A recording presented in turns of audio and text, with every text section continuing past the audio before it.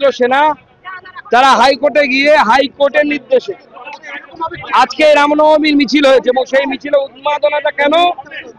কারণ গতবার যারা পাথর মেরেছিল, যারা বাধা দিয়েছিল, এবার তাদের বুকের উপরে হেঁটে আমরা রামনবমী করেছি। প্রতিবার আমরা করব, তাদের বুকের উপরে রামনবমী করব। ভারত রামের দেশ, রাম ভারতের, ভারত রামের, এর বাইরে কোনো কথা হবে না। যারা বাধা দেওয়ার চেষ্টা করবে তাদের উচিত ট্রিটমেন্ট দেওয়ার ব্যবস্থা বিজেপি জানে, আমরা হিন্দু সমাজ জানি। পুলিশ অতি সক্রিয় হয়ে বারবার এইভাবে রামনবমীর মিছিল বিভিন্ন জায়গায় আটকানোর চেষ্টা করছে। পুলিশের এই অতি সক্রিয়তা যদি রামনবমীর মিছিলে হামলার সময় হয় তাহলে পরে তো রামনবমী নিয়ে কোনো সমস্যা হয়ে থাকে না। আজকে যেমন কলকাতা হাইকোর্টের রায়ে হাওড়ায় যে গলিগুলো থেকে হামলা হয়, পুলিশ তো সেখানে ব্যারিকেড করে রেখেছে দেখলাম। তার মানে পুলিশ জানে কোথা থেকে হামলা হতে পারে, কারা হামলা করে, সব পুলিশ জানে। তাহলে কেন প্রিকশন হিসেবে এই ব্যবস্থা পুলিশ প্রতিবাদ নেয় না?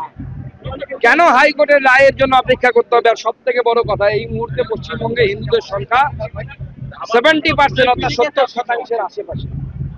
70% হিন্দু থাকার পরেও যদি আমাদের এইভাবে 5 জন IPS সিপি নিজের রাস্তায় ঘুরে বেড়াচ্ছে এই রোদের মধ্যে, প্রচুর পুলিশ, 70% হিন্দু হওয়ার পরেও যদি হিন্দুদেরকে এইভাবে রামনবমী পালন করতে হয়, তাহলে আগামী 10 বছর 15 বছর পর যখন এই সংখ্যাটা 70% থেকে নেমে যাবে, যদি নেমে যায়, তাহলে হিন্দুরা কি রামনবমী পালন করতে পারবে এই হাওড়াতে, এই পশ্চিমবঙ্গে, নাকি রামনবমী পালন করতে পারবে না?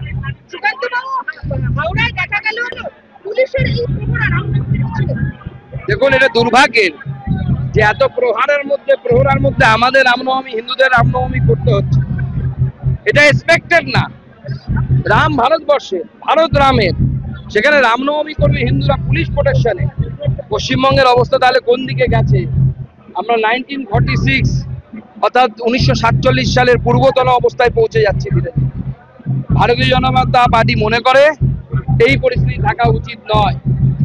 ঈদের নামাজের সময় তো এত মিছিল দেওয়ার, এত পুলিশ দেওয়ার দরকার পড়েনি। হিন্দু সমাজ থেকে কেউ তো গিয়ে পাথর মারেনি ঈদের নামাজে, তাহলে রামনবমীতে কেন এত সুরক্ষার প্রয়োজন হবে?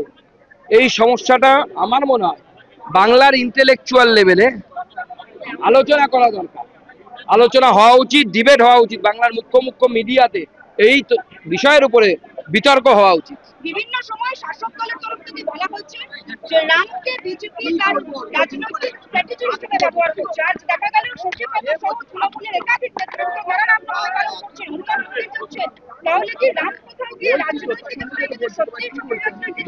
দেখুন, সেটা তো তৃণমূল কংগ্রেস বলতে পারবে। আমরা তো বরাবর রামনবমী করি, আমরা তো নব্য হিন্দু নই। তৃণমূল কংগ্রেস এখন নব্য হিন্দু হয়েছে। আগে তারা শুধু রেড রোডে নামাজে যেত, রামনবমীতে তারা যেতেন না। এখন রামনবমীতে যাচ্ছেন। কেন যাচ্ছেন তারা বলতে পারবে। ভোট ব্যাংকের জন্য যাচ্ছে, হিন্দু ভোট ব্যাংক চুরি করার জন্য যাচ্ছে, পকেট মারি করার জন্য যাচ্ছে। আমরা তো প্রথম থেকেই হিন্দু, এবং আমি বলি I M A mad mad mad Hindu. আমাদের ওসব রাগ ঢাক নেই কোনো। আমরা হিন্দু এবং আমরা গর্ববোধ করি নিজেদেরকে হিন্দু বলতে। প্রতি বছর যতদিন শরীরে শক্তি ভগবান দেবে ততদিন এইভাবে রামনবমীর মিছিলে আমরা হাঁটব।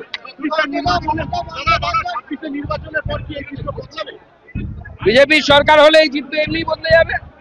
যারা ঢিল মারছিল বা মারছে তারা ফুল নিয়ে ছেটাবে। আমি বলছি ফুল ছেটাবে না, গোলাপ ফুল নিয়ে দাঁড়িয়ে থাকবে, শরবত খাওয়াবে হিন্দুদের।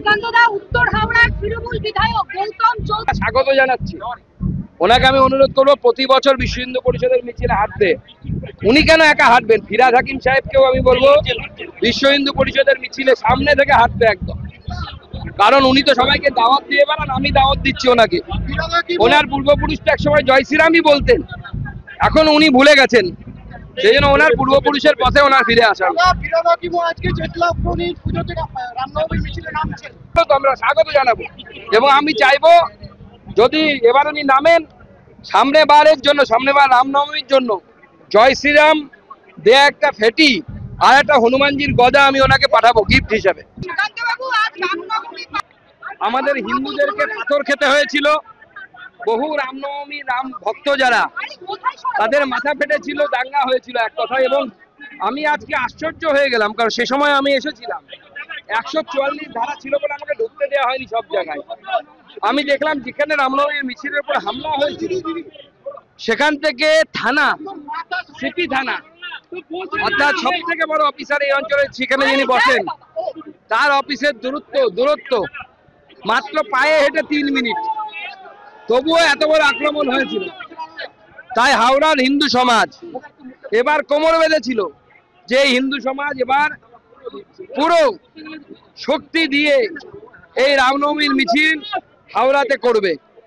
পুলিশ বাধা দেওয়ার চেষ্টা করে, মমতা বন্দ্যোপাধ্যায়ের নির্দেশে পুলিশ বাধা দিতে চায়, রামনবমী করতে দিতে দেয়া হবে না, কাজীপাড়ার মধ্যে দিয়ে রামনবমীর মিছিল আসতে দেওয়া হবে না, এই ধরনের নির্দেশ দেওয়ার চেষ্টা করে।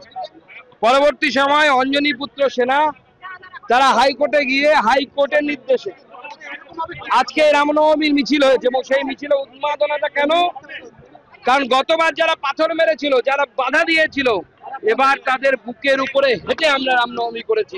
প্রতিবার আমরা করব, তাদের বুকের উপরে রামনবমী করব। ভারত রামের দেশ, রাম ভারতের, ভারত রামের, এর বাইরে কোনো কথা হবে না। যারা বাধা দেওয়ার চেষ্টা করবে তাদের উচিত ট্রিটমেন্ট দেওয়ার ব্যবস্থা বিজেপি জানে, আমরা হিন্দু সমাজ জানি।